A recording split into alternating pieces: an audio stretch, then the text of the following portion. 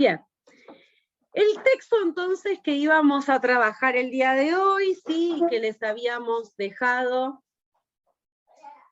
sí, para que puedan empezar a leer, los que ya pudieron, y para empezar, los que no leyeron todavía, es de este libro que se llama El Saber Didáctico. Ya tiene sus añitos, es del 2000... Ay, gracias, Cami. Del 2007, así que fíjense que tiene muchos años. Sin embargo, es un material muy rico que sirve como para por lo menos poner como punto de partida y clarificar ciertas conceptualizaciones. La autora, bueno, tiene varias autoras, pero la autora de los capítulos puntuales que trabajamos es Alicia Camiglioni, es bueno, una genia en el campo, una especialista en la didáctica, de la Universidad de Buenos Aires, otras universidades, ¿no? Ustedes, bueno, ya les dejé ahí el currículum y pudieron ver, si se pusieron a ver la clase, les dejé un videíto de ella hablando del libro que me gustó mucho, y está bueno, y como ella dice, es un punto de partida, no para que nos quedemos solo en este, pero para un primer año de empezar está genial. Habíamos visto en las clases anteriores, ¿se acuerdan?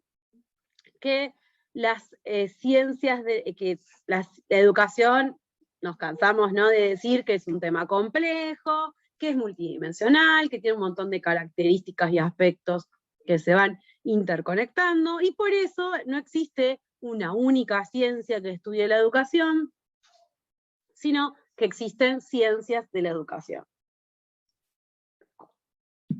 como la filosofía educativa, ¿no?, la psicología educativa, entre otras.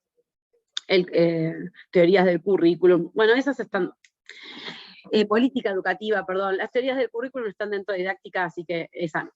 Bien, y la pedagogía y la didáctica puntualmente, que son las dos ciencias con las que estamos trabajando. En la unidad 1 hicimos como más hincapié en la pedagogía, que habíamos dicho que hacía hincapié en un estudio más macro de la educación y viendo el hecho educativo en su complejidad. Y habíamos visto los dos paradigmas, que si ustedes vieron el video lo tienen fresco, muy bien, el paradigma técnico y el paradigma científico.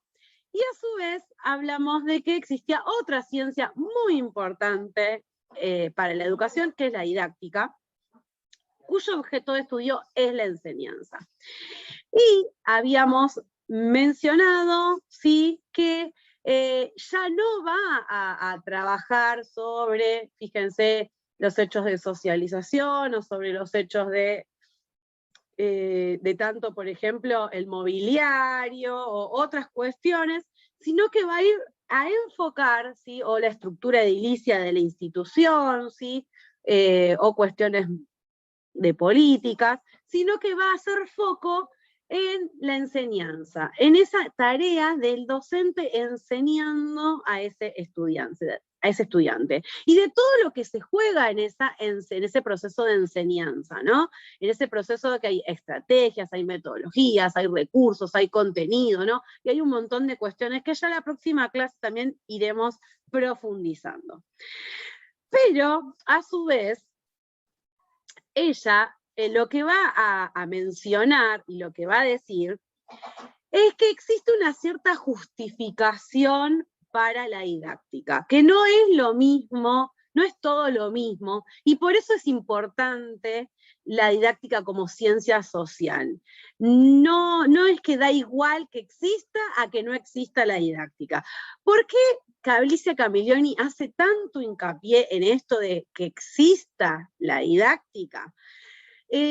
Porque por mucho tiempo lo que era la educación y lo que era puntualmente la enseñanza fue fagocitado, ¿sí?, fue corrido por lo que era la psicología educativa. Entonces los docentes lo único que hacían era aplicar teorías de psicología educativa, en donde se decía, bueno, el alumno aprende así, así.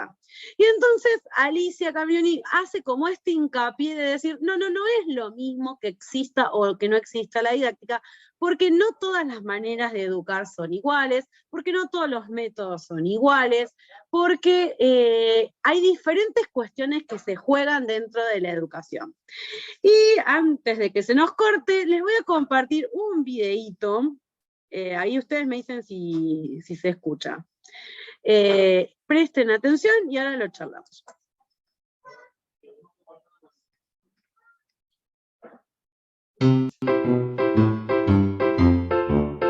Por 4 esquinitas de nada. Cuadradito juega con sus amigos. Ring, es hora de entrar en la casa grande. Pero Cuadradito no puede entrar. No es redondo como la puerta. Cuadradito está triste. Le gustaría mucho entrar en la casa grande. Entonces se alarga, se tuerce, se pone cabeza abajo, se dobla, pero sigue sin poder entrar. ¡Sé redondo!, le dicen los redonditos. Cuadradito lo intenta con todas sus fuerzas. ¡Te lo tienes que creer!, dicen los redonditos. ¡Soy redondo! ¡Soy redondo! ¡Soy redondo!, repite Cuadradito. Pero no hay nada que hacer. ¿Qué podemos hacer? Cuadradito es diferente, nunca será redondo. Pues te tendremos que cortar las esquinas, dicen los redonditos. ¡Oh, no!, dice Cuadradito. ¡Me dolería mucho! Los redonditos se reúnen en la sala grande, hablan durante mucho tiempo. Hasta que comprenden que no es Cuadradito el que tiene que cambiar. ¡Es la puerta!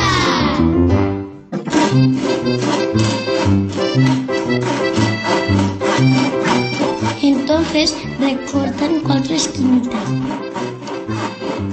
4 esquinitas de nada, que permiten a Cuadradito entrar en la casa grande junto a todos los redonditos.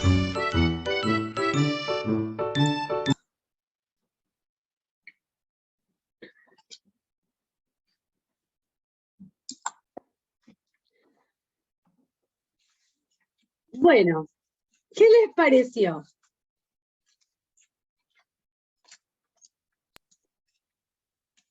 ¿Qué les hizo pensar? Sí.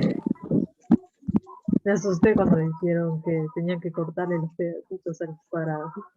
Dije, no hagan eso.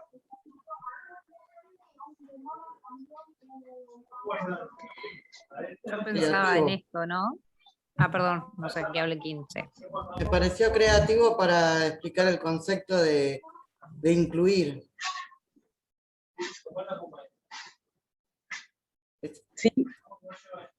¿Sí, Tatiana? De tener en cuenta las individualidades, ¿no?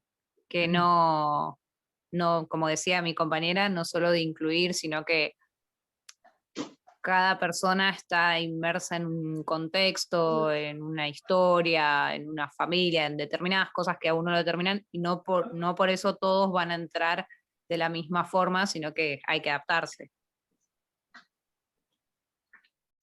Yo también, o sea, está muy interesante cuando dice que no hay que cortar al cuadradito porque le duele, y es a veces lo que nos pasa cuando nos piden que cambiemos, cuando nos piden que encajemos, nosotros, los alumnos, o sea, es como que es muy interesante la idea de que es la puerta, lo abstracto, lo que tiene que modificarse para que haya una apertura hacia todo. Es muy interesante, buenísimo. Es muy bueno también que los redonditos a lo último hayan pensado qué tenían que hacer. Decían, uy, tenemos que cambiarlo. No, no se tiene que cambiar. Se tiene que cambiar la manera de que él entre.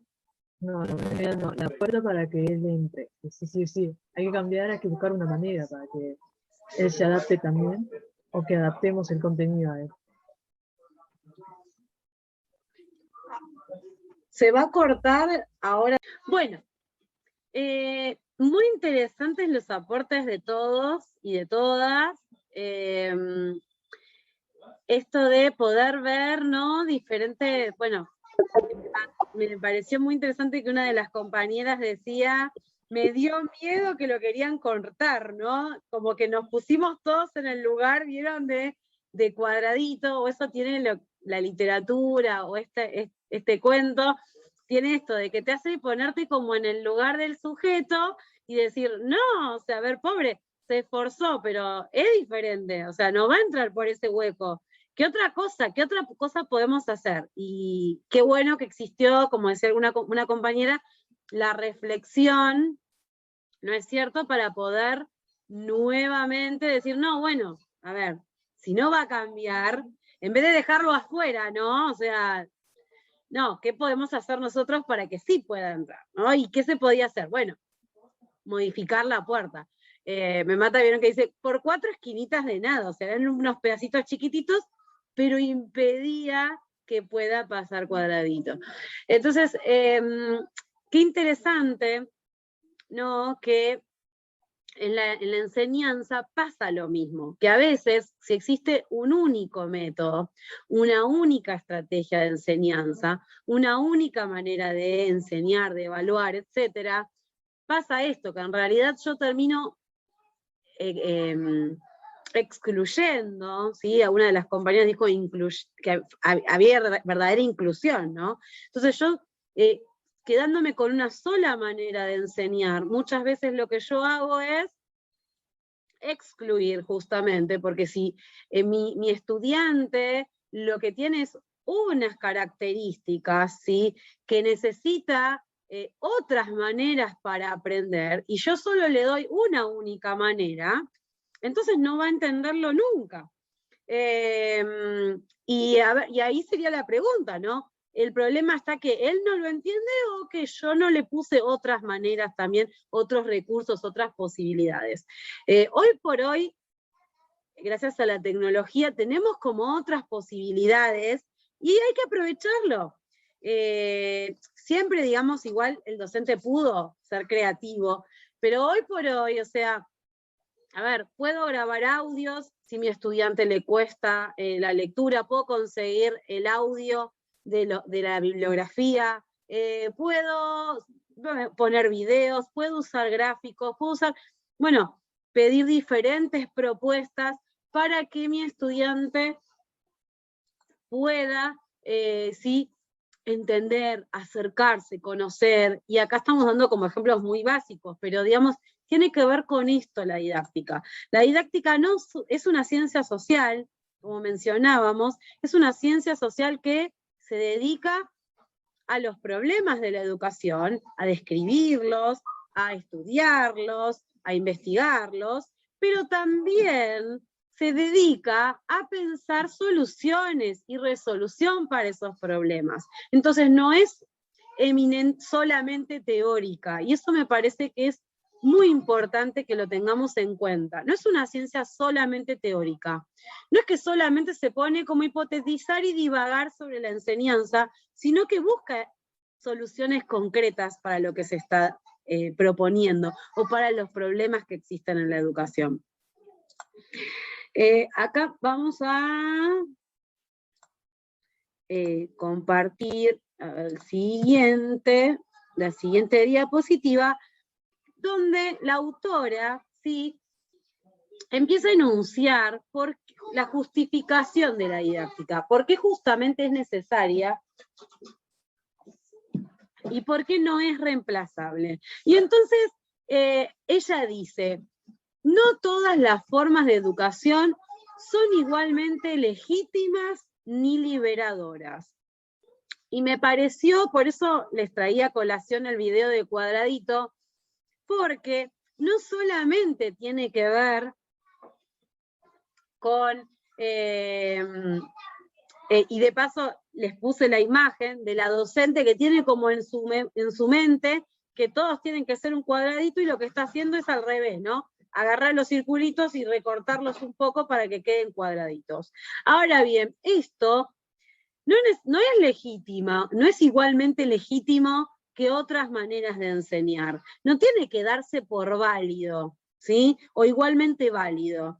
Ni es considerado igualmente liberador que otras estrategias. Entonces, claramente, esta docente de la imagen, ¿no? Lo que menos está haciendo es generar opciones, ¿no? Abrir posibilidades, sino que tiene una estructura y quiere que todos sus estudiantes se queden como en esa estructura. Como cuando los circulitos, lo único que pensaban era en cortar de las esquinas a cuadradito, ¿no? Bueno, la didáctica va justamente a ser útil porque va a estudiar las diferentes formas de educación, las diferentes formas de enseñanza, y ver si son legítimas, si son liberadoras, si favorecen la inclusión o no, si realmente favorecen la autonomía o no. Recordemos que siempre hay intereses detrás de la enseñanza y detrás de la educación. Algunos de ustedes yo lo vi que lo pusieron en algunos aportes, ¿no? En el foro, que hablaban sobre el poder, ¿no? Bueno, el hecho de que haya alguien solo que tenga el poder, y que el resto solamente tenga que obedecer y responder lo que dice ese que tiene el poder, es una metodología de enseñanza que claramente no es liberadora, ¿no es cierto? Y sirve a los efectos de un modelo económico puede ser, de un modelo social, de un modelo político, y nosotros como docentes podemos estar dentro de una estrategia de enseñanza, haciendo a nuestro entender lo que nos parece mejor, pero detrás nuestro se oculta una situación de opresión, ¿no? De desigualdad. Entonces, qué importante es que haya ciencias como la didáctica que nos permita justamente analizar estas maneras de educar y qué cosas tienen atrás estas maneras de educar, ¿no es cierto? También se puede enseñar de diferentes maneras y utilizando diferentes métodos, ¿no? Y lo que menciona Alicia Camiglioni es que dice, si todos los métodos fueran igualmente válidos, no tendría que existir la didáctica, porque entonces daría todo igual. Cada uno enseña como le parece y es válido. Genial. Ahora yo les puse ahí dos imágenes sobre dos métodos de enseñanza, y me gustaría que puedan decirme qué pueden ver en esos métodos de enseñanza.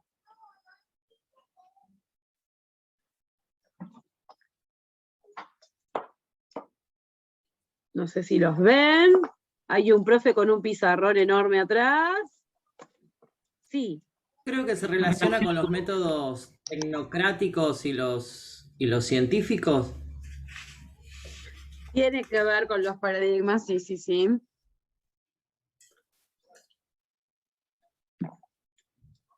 ¿Alguien más? Sí, Tatiana.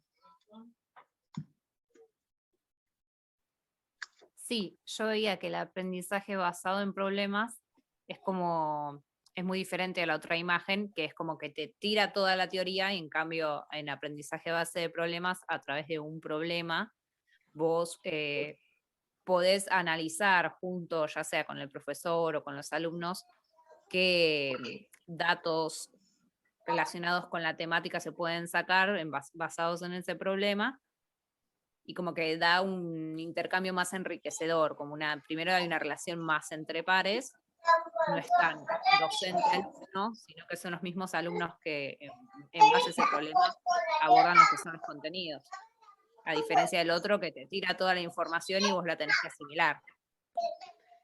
Sí, procesala como puedas, digamos, ¿no? Bien, vos fíjense que hay un rol diferente del docente, hay una metodología diferente, y a su vez hay un papel diferente del estudiante. Esto que mencionaba Tatiana, exactamente. las siglas que están ahí significa aprendizaje basado en problemas. Para los que no lo sabían, ahí Tatiana lo sacó enseguida, pero justamente apuntaba a esto. Salió en el foro, yo ayer o antes de ayer estuve leyendo todas las intervenciones sobre las experiencias que habían tenido, y una de ustedes había comentado justamente de una situación de enseñanza en donde el profesor les había planteado un problema y tenían que investigar, si no recuerdo mal eran los huesos, entonces les traía huesos y tenían que descubrir de dónde eran los huesos, qué problemas tenían, qué sexo y un montón de cuestiones más que se pueden deducir por los huesos, ¿no? Ahora bien, no es lo mismo que hubiera empezado el profe diciendo, bueno, los huesos son así, tienen estas características así, asá, todos los huesos tienen tal y tal manera, ¿no? Siguiendo el ejemplo, a que les traiga huesos en concreto, o que les diga que ustedes traigan huesos, y bueno, y tengan que ustedes investigar sobre esos huesos y ir deduciendo y sacando entre todos estas generalidades que se podían descubrir, ¿no? Justamente generó un problema que obviamente no fue porque decir, ay, acá lo traigo, ¿no? Sino que hubo un diseño, estuvo pensado, estuvo organizado, ¿no? En función de que esa metodología iba a servir para ese contenido y para ese propósito que tenía, ¿no es cierto? Entonces, volviendo a lo que decíamos, como no todos los métodos son igualmente válidos, ni igualmente válidos para todos los contenidos, incluso, porque hay métodos que pueden ser muy buenos, pero no para ese contenido. Entonces, uno tiene que ir justamente analizando qué método, qué estrategia voy a utilizar para tal contenido, para tal otro, y justamente para eso sirve la didáctica, ¿no es cierto? Nos ayuda justamente a ir decodificando estas elecciones. Otra de las cuestiones que menciona Alicia Camiglioni es que no se transmiten los conocimientos con la misma lógica que se crean en la ciencia, sino que sufren transformaciones. ¿Qué significa esto? Significa que ustedes ahí, yo les puse dos imágenes, uno es un laboratorio científico, ¿no? Y otro es un laboratorio escolar. Si ustedes miran a simple vista, ¿qué diferencias pueden encontrar?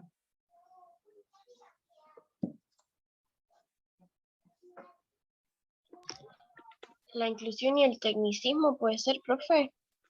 Creo que sí es tecnicismo. ¿Cómo? La inclusión y la técnica con la que las palabras técnicas, los conceptos, digamos. En el curso inicial había unos videos que estaban explicados como con palabras muy formales, técnicas, y a mí me costaba un poco seguir la explicación o la lógica. Para mí no tenía coherencia porque no entendía y tenía que estar a cada rato buscando palabra por palabra porque en mi colegio se usaban palabras muy... como los jóvenes que hablan ahora, claro, tenían otra forma de expresarse. Entonces creo que eso también hace mucha diferencia. La forma de expresar es diferente y depende a qué público es expresado, ¿no? Bien, así poniéndole nombre a lo que estás mencionando, ¿sí? Cuando uno habla como más naturalmente o cotidianamente, se le llama a un hablar más coloquial, ¿sí? Más cotidiano. Y cuando uno habla dentro de una disciplina teórica específica, hablamos de un vocabulario técnico, exactamente, que es lo que vos mencionabas. Ahora bien, partiendo de la base, sí, hay un vocabulario técnico muy específico y muy especializado que se utiliza en el lugar de origen, ¿sí?, de ese conocimiento. Claramente no voy a llevar todo ese vocabulario técnico a mi aula de clases, pero tampoco sería lo ideal que yo solo utilice un lenguaje coloquial. ¿Por qué? Porque, digamos, yo tengo que de alguna manera acercar a mis estudiantes a ese conocimiento científico. ¿No es cierto? Recuerdo una anécdota, no sé, muy conocida, no sé si ustedes la han escuchado, de Einstein, que dice que una persona se acercó y le preguntó que le explique la teoría de la relatividad. Entonces Einstein se la explicó y le dijo, ay, no lo entiendo todavía, ¿no me lo explica más fácil? Entonces Einstein lo volvió a explicar, más sencillo, y esta persona le dijo, no, todavía no lo entiendo. Entonces se lo volvió a explicar más sencillo, no, todavía no lo entiendo, hasta que la última vez que se lo explicó, lo más sencillo de todo, Einstein, esta persona dice, ay, ahora sí entendí. Y entonces Einstein le dice, bueno, pero esa no es la teoría de la relatividad. Claro, porque había bajado tanto, que obviamente ya lo que estaba explicando perdía total correlato con la teoría original. Bueno, este es un peligro con el que trabajamos los docentes todo el tiempo. El término específico, y lo vamos a ver más adelante, en profundidad, se llama transposición didáctica, ¿sí? La transposición didáctica es el mecanismo por el cual el docente toma ese conocimiento científico y le hace ciertas modificaciones, adaptaciones y adecuaciones para que mi estudiante se pueda acercar y cerciorar y entender, ¿sí? Obviamente, una cosa va a ser con mis alumnos de primero de secundario, ¿no es cierto? Y otra cosa con mis alumnos de sexto de secundario, ¿no? O sea, no va a ser lo mismo un primerito que está saliendo de primaria, entonces que voy a tener que adecuar mucho más y hacer una bajada mayor, a alumnos de sexto año, ¿sí? Que ya son mucho más grandes, que tienen otro recorrido, o incluso un secundario con orientación en biología. Entonces, claramente va a haber otra profundidad y otro tecnicismo. Pero, ¿para qué doy toda esta vuelta? Para decir lo siguiente. Sí, hay que adaptar, sí, pero sin perder la rigurosidad o la cercanía al conocimiento original. Entonces hay que buscarle la manera de acercar a mis estudiantes a ese conocimiento científico, a una parte quizás, lo tendré que parcializar, tendré que priorizar, bueno, dependiendo del tema que me toque dar, pero sí enseñando ciertos contenidos técnicos, cierto vocabulario, acorde a lo que pueden comprender en esta etapa evolutiva mis estudiantes. Igualmente, la distancia sigue siendo grande, ¿por qué? Porque no estamos adentro del laboratorio en que se creó, no estamos adentro del submarino que fue a investigar biología marina, no fuimos a la Antártida ¿me explico? Entonces, como no estoy en el lugar en que se construyó el conocimiento, claramente hay una distancia, y por eso la didáctica es necesaria, porque la lógica con que funciona la escuela no es la lógica con la que funciona el laboratorio, el lugar, el campamento paleontológico, ¿no? O el museo con paleontología, bueno, y ahí estará mi trabajo de hacer esa adaptación y esa adecuación para que lleguen mis estudiantes de manera lo más cercana posible a ese conocimiento, a ese contenido. Y la didáctica nos sirve de ayuda, ¿no? Después siempre es importante, nada, esto es propaganda, pero por ejemplo, el Museo de Ciencias Naturales Bernardino Rivadavia tiene un montón de material sobre biología, sobre paleontología, sobre fósiles, muy interesante. Tiene proyectos, tiene, bueno, aparte de visitas guiadas, ahora tiene un montón de videos, porque como no puede hacer visitas guiadas presenciales, tienen videos, etcétera. Así que nada, eso es propaganda, si les interesa, métanse en la página que está muy buena. Yo he llevado a mis alumnos, yo en secundario doy biología, doy filosofía, nada que ver, pero a mis alumnitos de jardín los he llevado al museo para ver la tarea del paleontólogo, obviamente acorde a nivel inicial, pero tienen muy buen material y muy buenos recorridos para otras edades también. Bueno, es necesaria una crítica constante a los contenidos, al currículum. Recién decíamos, ¿sí? Que yo tengo que acercar a mis estudiantes al contenido, ¿sí? Al conocimiento científico. Ahora bien, ¿quién decide qué contenido se enseña? ¿Qué les parece? El gobierno, profesor. El currículum es impuesto por el decreto. O sea, el decreto nos pide que armemos un currículum que sea, ¿cómo se dice? Que se adecue. ¿Se me escucha? Se te escucha un poco cortado. Bueno, entonces no, profe, hable alguien. Por lo que yo te escuché, igual, ay, de paso estoy mirando, perdón, el chat de lo que habían puesto, la verdad, perdón, pero me cuelgo con el chat, me olvido que está el chat. Muy buenos los aportes que habían puesto de la diapositiva anterior, sorry que no los leí antes. Bien, acá hablan del diseño curricular, ¿sí? Por ahí decían el Estado, el docente. Bueno, en la última unidad de esta materia vamos a ver que hay diferentes niveles de concreción curricular y digamos, todos estos actores van a tener que ver con definir el contenido a enseñar, pero obviamente el poder que tenga el Estado nacional no es el mismo que el que va a tener el Estado provincial, ni en la institución, ni mucho menos el docente, ¿no es cierto? Al momento de definir qué se enseña o qué no. El Ministerio de Educación pusieron, muy bien, exactamente. El Ministerio de Educación de la Nación puntualmente define cuáles son los contenidos prioritarios a ser enseñados, ¿sí? A su vez el Ministerio en nuestro país, como federal, y hay mucha diversidad. Hay alguien que está con micrófono y le pedimos por favor que lo silencie porque nos está matando los oídos. A ver quién es. Bueno. Bien. Perdón la interrupción. Bien, entonces, decíamos que hay países que, por ejemplo, México o así, tienen un diseño curricular para todo el país y todo el país da lo mismo. Ahora, en nuestro país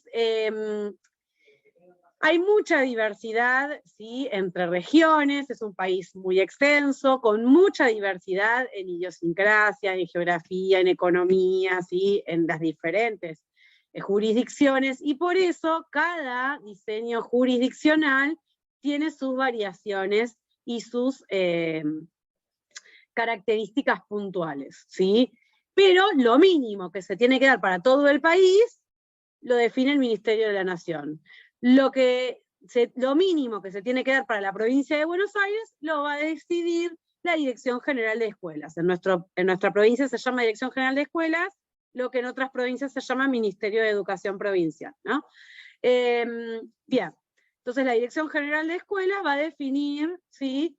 Lo que es el diseño curricular de la provincia de Buenos Aires. Y después cada institución va a ser como el proyecto institucional, cada docente va a adecuar y organizar en qué proyectos lo va a armar, pero digamos ya tiene el marco de qué enseñar, que es los contenidos, ¿no?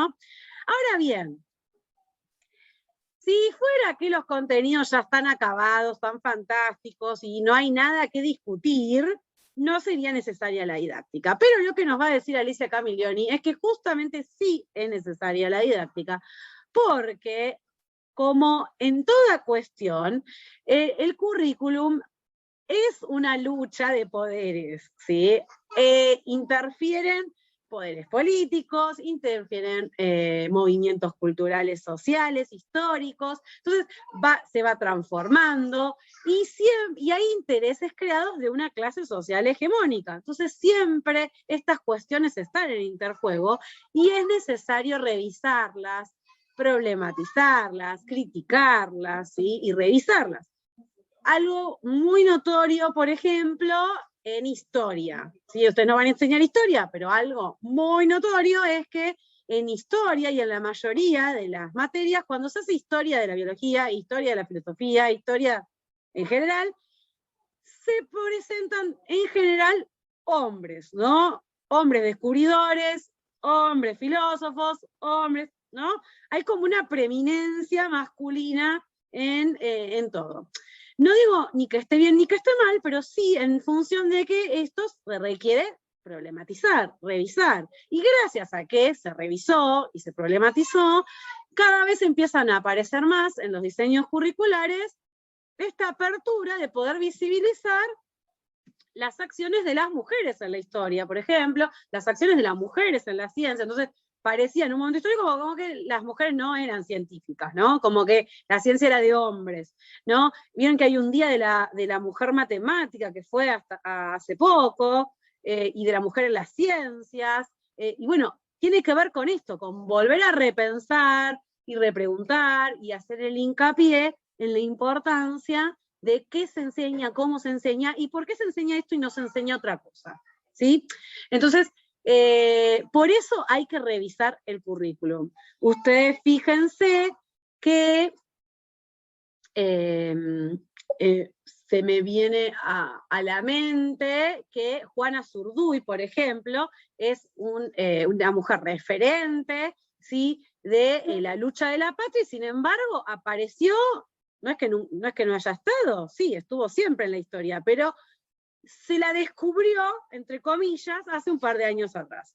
¿Por qué? Porque se hizo esta revisión del currículum, de ver un currículum que está solo desde una mirada puesta, y no abierto a otras miradas. Bueno, para esto también sirve, para esto también sirve la didáctica, ¿sí? Bien, quería pasar y seguía. Bien, es necesario que la educación también, va a plantear Camiglioni, sea transformadora para que haya una verdadera inclusión. Vieron que recién nosotros veíamos ahí que en el video que estábamos presentando, que no todas las maneras, ¿no?, estaban incluyendo a Cuadradito. Primero era, bueno, achicate, hacete redondo, ¿no? Como lo impositivo, vos tenés que cambiar. Bueno, justamente la didáctica va a estudiar esto. Micaela, sí, ¿qué querías decir? Perdón, una pregunta. La didáctica, ¿cómo está categorizada para redefinir estos currículums en el Ministerio de Educación? O sea, ¿cómo está puesta? ¿Cómo trabajan en conjunto? A ver, la didáctica es una ciencia. Eso significa que hay especialistas, didactas, ¿sí?, que se dedican a estudiar estos temas. Vos fíjate que acá lo que estamos mencionando son líneas de investigación, ¿no es cierto? Entonces hay personas que se especializan en lo que es investigar y analizar currículum. Otros que se especializan e investigan sobre inclusión. Yo ahora estoy buscando y leyendo sobre, por ejemplo, el diseño universal, de aprendizaje, que tiene que ver con la inclusión y surge de investigaciones de la didáctica, ¿sí?, que tratan de ver de qué manera se puede enseñar todo a todos. Entonces, en vez de agarrar y poner solamente, y ahora llego a toda esta vuelta es para responderte, no es solamente agarrar y decir, bueno, a ver, no puede ver, le pongo braille. Ah, no puede caminar, le pongo muletas. Y es como que estoy como haciendo con cuadradito, ¿no? Bueno, lo recorto, le acompaño, le pongo un soporte. Sino que lo que plantean desde esta corriente del diseño universal es que la clase tiene que ser diversa justamente para abarcar a todos. Diagnóstico, sin diagnóstico, con discapacidad, sin discapacidad, igual, todos somos muy diferentes. Ahora, estas investigaciones corren por un lado, ¿cierto? Y llegan a través de asesores, a través de los mismos especialistas dentro del ministerio. A veces tardan, a veces llegan por propuestas externas, ¿sí? En este momento, por ejemplo, el tema del diseño universal está dentro del diseño curricular de primaria, el último cambio del diseño curricular de primaria. Y claro, fue una incorporación, ¿sí? Pero bueno, inicia como una investigación en el campo de la didáctica, pero generalmente estas investigaciones, para que logren llegar al aula, sí, tienen que tener un impacto a nivel nacional. A menos que el docente, por motus propio, que existen docentes, investigue, busque, lea y lo aplique en su aula. Pero para que tenga real impacto, digamos, a nivel nacional, en todas las aulas, generalmente se da con esto, con cambios en diseños curriculares. Por ejemplo, en la provincia de Misiones, el diseño curricular de nivel inicial ahora contempla el multilingüismo. En otros momentos históricos no se consideraba válido el hecho de que alumnos hablen portugués, por ejemplo, o guaraní.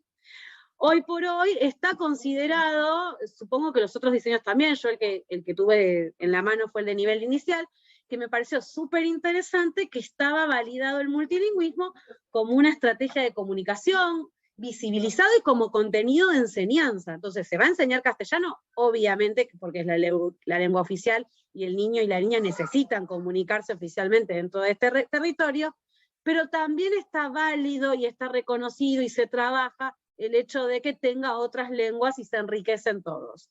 Y esto se da también a partir de investigaciones, ¿sí?, de una realidad, investigaciones sociológicas, de una realidad social, y también de investigaciones didácticas, de ver qué características, qué funciones, qué metodologías y qué contenido también es necesario modificar. ¿Sí? ¿Respondí ahí a tu pregunta?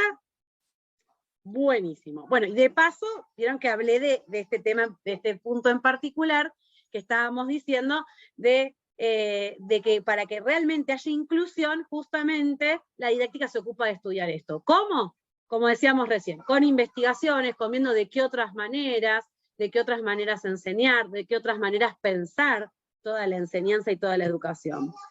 Esto siempre articulado, piénsenlo también con la pedagogía, ¿no?, que va a pensar el macro de la educación. Pero la didáctica va a pensar esto puntual de la enseñanza con respecto a las metodologías, al currículum, y a las estrategias. Bien. El destino de los alumnos, y lo puse un no grande ahí, no está fatalmente determinado y el docente puede ayudar a ello.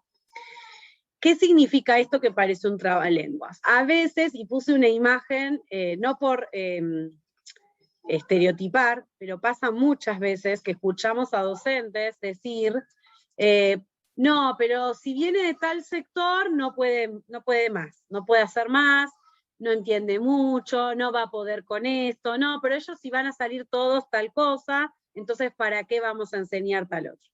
Bueno, esto es algo tristísimo, ¿no es cierto?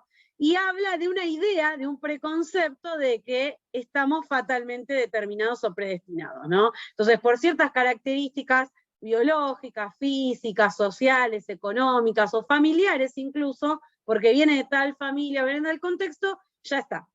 Sigue así. Y la realidad es que no es así, ninguno está fatalmente determinado por su familia, ni por su contexto, ni por su economía, ni por nada, y la educación, esto que nos convoca a todos, tiene esta cosa maravillosa de poder abrir caminos, de poder generar espacios, de que el docente pueda ser una persona relevante para ese estudiante que tiene del otro lado, que le muestre otros caminos, otras maneras, y que pueda favorecer para que encuentre otras maneras de desarrollarse.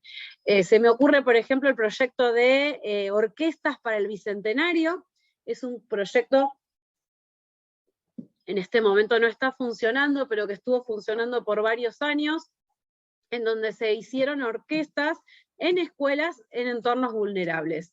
Se compraron instrumentos y niños y niñas y jóvenes y adolescentes de espacios, de zonas muy vulnerables, aprendieron a tocar instrumentos, aprendieron sobre teoría musical, y salieron a hacer conciertos y recorridos, giras por el país, ¿no? Todo esto con un proyecto obviamente financiado por el Estado Nacional, si no obviamente es imposible que lo haga una persona sola, pero qué importante que veía algunos testimonios personales, y esos estudiantes decían, ay, yo ahora doy clases de esto en mi entorno, en la villa, en mi barrio, yo descubrí que esto es mi vocación, es mi profesión, bueno, y dio la posibilidad de conocer otra cosa que nunca hubieran conocido si los hubieran dejado solamente en su contexto, con su contexto.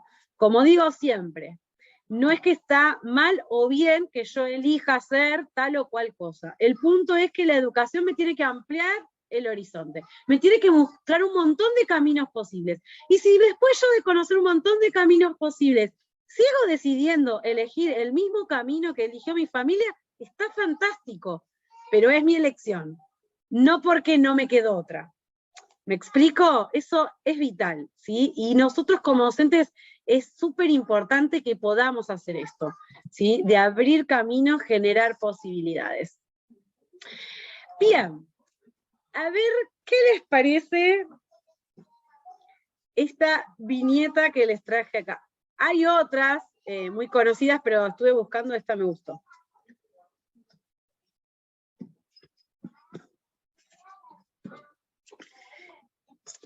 ¿Qué les hace pensar?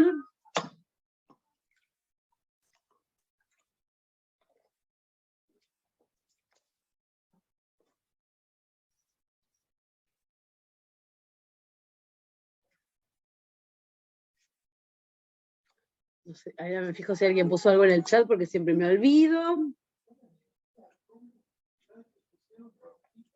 Muy bueno el aporte, Tatiana. La idea es que todos contemos con los medios y herramientas para aspirar. Bien, no podemos querer juzgar igual cuando todos somos diferentes. De Steffi. Muchas gracias, Steffi, por el comentario. Muy bien. ¿Alguien más quiere comentar algo? No sé, Mica, si te quedó la mano de la vez anterior o la pusiste de vuelta. Bueno.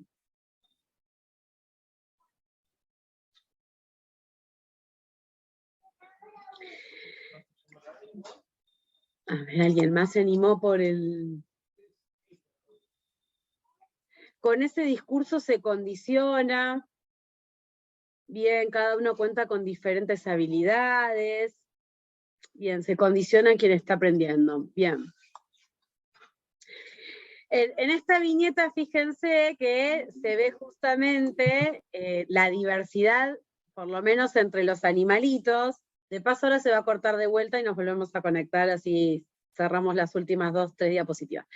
Se ve muy, muy claro en los animales que son completamente diferentes y que pedirle a un pez que trepe un árbol es una locura, ¿no? O pedirle a un pingüino que trepe un árbol.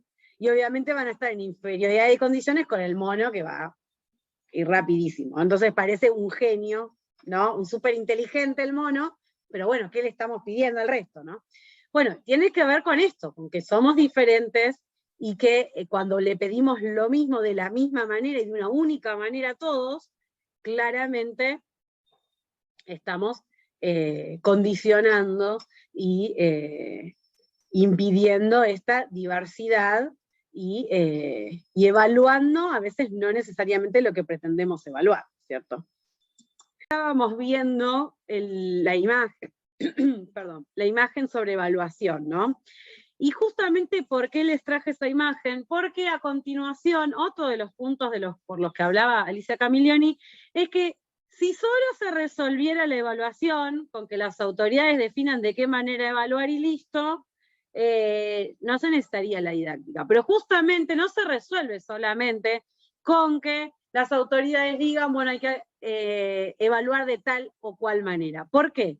Porque mis estudiantes son mis estudiantes. Mi contexto es mi contexto. Y el único que conoce, o la única que conoce, ese grupo, ese contexto, es el docente. Entonces, realmente se necesita, ¿sí?, investigaciones, estudios que ayuden al docente a poder ver cuáles son las mejores maneras de evaluar, de qué manera evaluar unos aspectos y de qué otras maneras otras, de qué instrumentos puede utilizar para evaluar. Ahora en la consigna del parcial, yo les armé, por ejemplo, una rúbrica de corrección.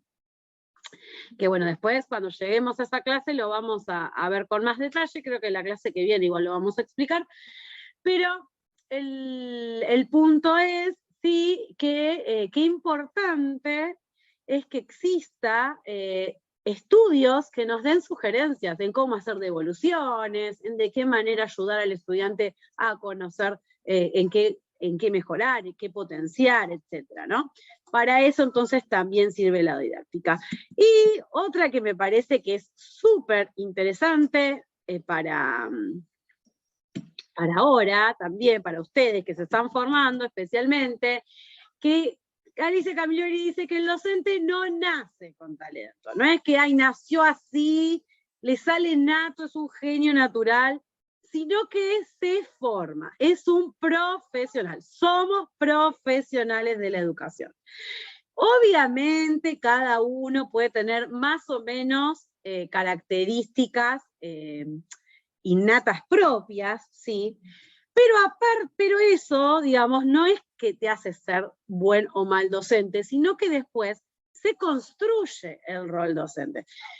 Si yo les dijera, cuando yo entré en el profesorado de nivel inicial, allá hace muchos, muchos años, en el 2003, entré en el profesorado de nivel inicial, imagínense, yo no era un 0 a la izquierda para todo lo que eran manualidades, obviamente, era un 0 a la izquierda para lo que era planificar, no entendía muy bien cómo planificar.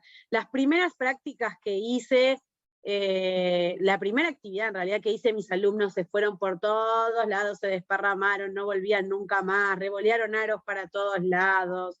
Y yo dije, ay, qué desastre, ¿cómo voy a hacer con esto? ¿No? Entonces, si fuera que se nace, ¿no? Uno llegaría ahí, tendría a los nenes ahí delante y diría, ay, niños, esto es así, eso, ¿no? Y ya organizas todo. Y no, y en realidad esto se aprende. Se aprende el manejo de grupo, se aprende a explicar la consigna, qué explico primero, qué explico después, qué explico al final.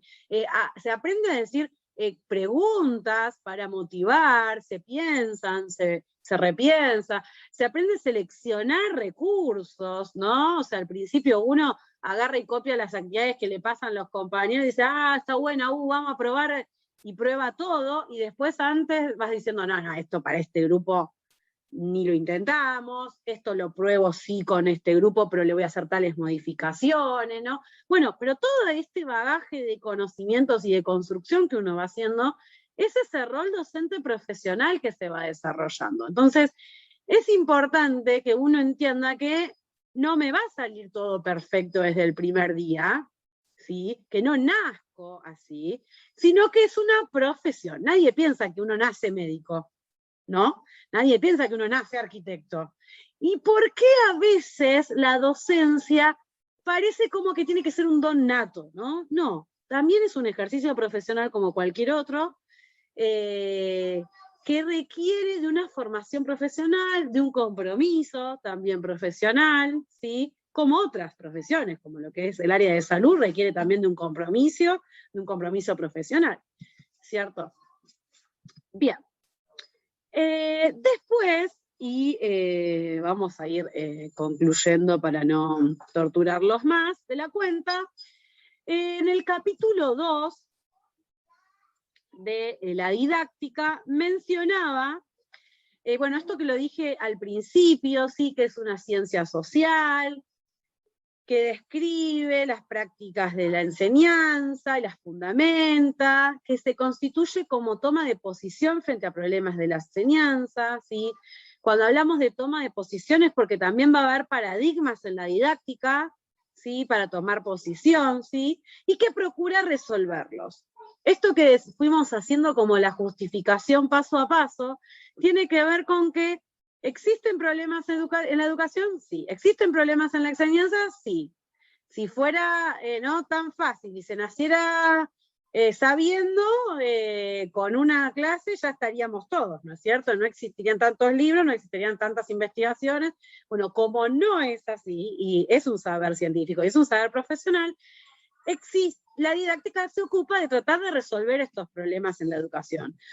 ¿Cómo? Diseñando y evaluando proyectos de enseñanza. Entonces, generando teoría, aplicando esta teoría en la práctica y volviendo a generar teoría. Entonces, el docente lo que va a hacer justamente es ir a leer esta teoría, ir a revisar, aplicar, probar, a ver qué funciona, e ir construyendo también su propio bagaje de conocimiento, ¿no es cierto? El profesorado sirve justamente como punto de partida para que ustedes puedan después, con toda esta valija de bagaje, de conocimiento, de lecturas, ir adquiriendo a lo largo de estos 4 años, y obviamente después lo profundizarán en toda la carrera docente, este criterio de selección, este criterio de análisis, ¿no? Y de posibilidad de diseño, etc. Y después, lo que menciona el texto es que podemos mencionar que existe la didáctica general y las didácticas específicas. Cuando hablamos de didáctica general, nos referimos a que estudia los problemas de la enseñanza de manera general. De manera general significa que no va a particularizar por nivel, por edad, por disciplina, sino que amplía la evaluación como la evaluación toda, ¿no? Los métodos de enseñanza como los métodos de enseñanza en general, ¿sí? Las didácticas específicas van a trabajar estas grandes cuestiones, el contenido, la evaluación, la metodología, ¿no? Todas estas cuestiones, pero las van a ir como focalizando en diferentes cuestiones. Una, por ejemplo, didácticas específicas según niveles de enseñanza. Otro, didácticas específicas según la edad, según la disciplina, según la institución, según las características de los sujetos. ¿A qué nos referimos con esto? Por ejemplo, didáctica de nivel inicial, didáctica de nivel primario, didáctica de nivel secundario. Ustedes obviamente van a estar trabajando con didáctica de nivel secundario, ¿no es cierto? Porque está enfocado en un nivel educativo, ¿sí? Obviamente vamos a ver cuestiones de didáctica general, sí, pero también va a haber investigaciones y cuestiones específicas de su nivel. Después también hay didáctica con respecto a los adolescentes. No se enseña igual a un niño de 4 o 5 años que a un niño de 8, que a un niño de 12, un adolescente de 12, 13, que a un adulto mayor, ¿no? No es lo mismo. Bueno, entonces va a haber estrategias e investigaciones didácticas que se especialicen en investigar sobre la evaluación, pero evaluación en niños. Evaluación, pero evaluación en adolescentes. Y a su vez hay didácticas específicas, pero en lo disciplinar. Ustedes van a empezar a ver también, no sé si este año, pero seguro el año que viene, didáctica de la biología o didáctica de la física, ¿no? Entonces no solo van a ver el contenido disciplinar, sino también de qué manera enseñar ese contenido disciplinar específico, ¿sí? Bueno, después instituciones, porque hay investigaciones y didácticas con respecto, por ejemplo, a escuelas urbanas, escuelas rurales, escuelas en contexto de encierro, ¿no? En privación de la libertad, y después con características de los sujetos, como por ejemplo, los sujetos con necesidades educativas especiales, o superdotados, ¿no? O con discapacidad, con alguna discapacidad, va a haber una didáctica específica también para eso. Ahora bien, esto que mencionamos recién, que lo puse así como separado, pero a modo de ejemplo, y como para poder categorizarlo, es bueno que lo tengamos en cuenta, que está constantemente en interacción, ¿sí? Y acá les traje una imagen, a ver qué, quiero que me digan, a ver qué ven ustedes ahí.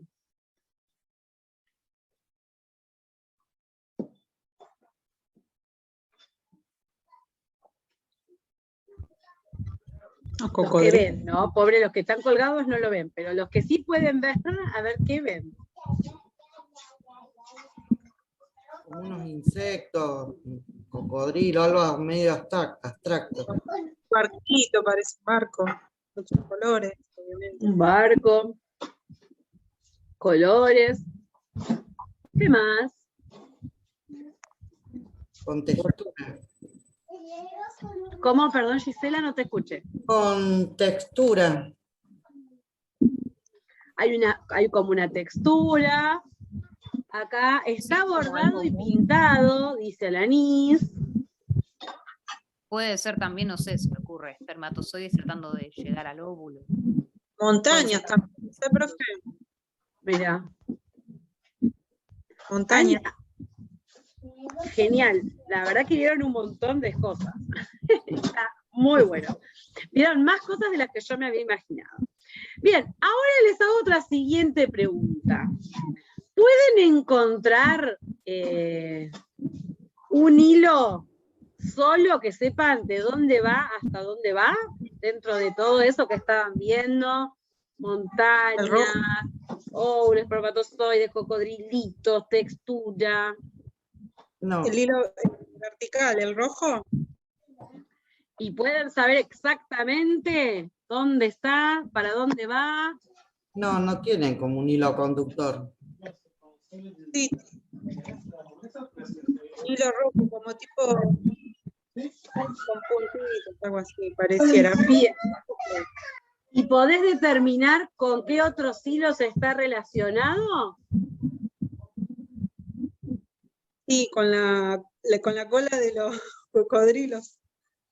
Como que lo estoy visualizando así, ¿no? Con los bordes de los dibujos, Los de bordes todos Claro. los diagramas. ¿Y pueden establecer dónde termina y finaliza la interconexión de esos hilos con los otros hilos? No. No. La imagen todo abarca todo la No, imagen. pero el O sea, hilo es rojo encierra todos los dibujos en sí. Es como que claro, los une. de superior a inferior. Bueno, a ver, no tiene fin, pone por acá Jorge. Bien, la idea de traerles a colación este pedacito, ¿sí? Era justamente ver una trama, ¿sí? Y ver que en esta trama estamos viendo que por más que hay un dibujo y hay una cierta lógica, ¿sí? Hay una interrelación entre los hilos, ¿sí? Que no podemos exactamente definir puntualmente si no tiene, es verdad que el hilo rojo sale como un poquito más en relieve, pero no podemos estar seguros si ese hilo rojo no tiene relación con lo rojito, por ejemplo, que está en la otra punta, o si no tiene relación con la cabeza del animalito del centro, ¿no? Si fuera un animalito. ¿Y para qué es el ejemplo? Perdón, ¿alguien más iba a hablar? No, que hay dos hilos. Ahora estoy visualizando que hay dos, profe. Pero bueno, perdón, siga, profe.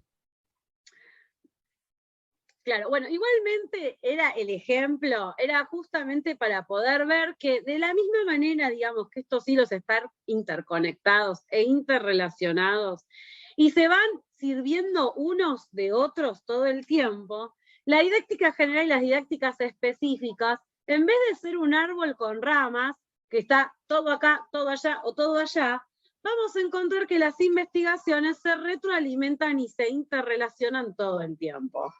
En las páginas subsiguientes ustedes van a encontrar varias investigaciones y, por ejemplo, van a encontrar que el concepto que mencionábamos hace un rato de transposición didáctica sale de la matemática, de la didáctica específica de la matemática. Sin embargo, ha sido un concepto que después lo ha tomado la didáctica general y lo vamos a encontrar en todas las didácticas específicas de todos los niveles y de todas las áreas. Pero surge de una investigación en esa didáctica específica. Bueno, así sucede todo el tiempo. Hay investigaciones que surgen de una didáctica específica o de la didáctica general que se enriquecen en la didáctica específica y vuelven nuevamente. La imagen de los hilos es como para que se acuerden de esto, que están todo el tiempo interconectados, que están entrelazados y que de la misma manera, ¿sí?, las didácticas están relacionadas todo el tiempo. Entonces, no podemos decir dónde termina una y dónde empieza la otra. ¿Por qué? Porque cuando ustedes estén enseñando, van a tener un interjuego de didácticas, vamos a decir, de didáctica general, de didáctica del adolescente, de didáctica específica de las disciplinas, ¿sí? Y todos esos saberes didácticos les van a ser útiles al momento de enseñar y se van a valer de todo eso, ¿sí? Bien, entonces esto era todo, si no me equivoco, sí, era todo por el día de hoy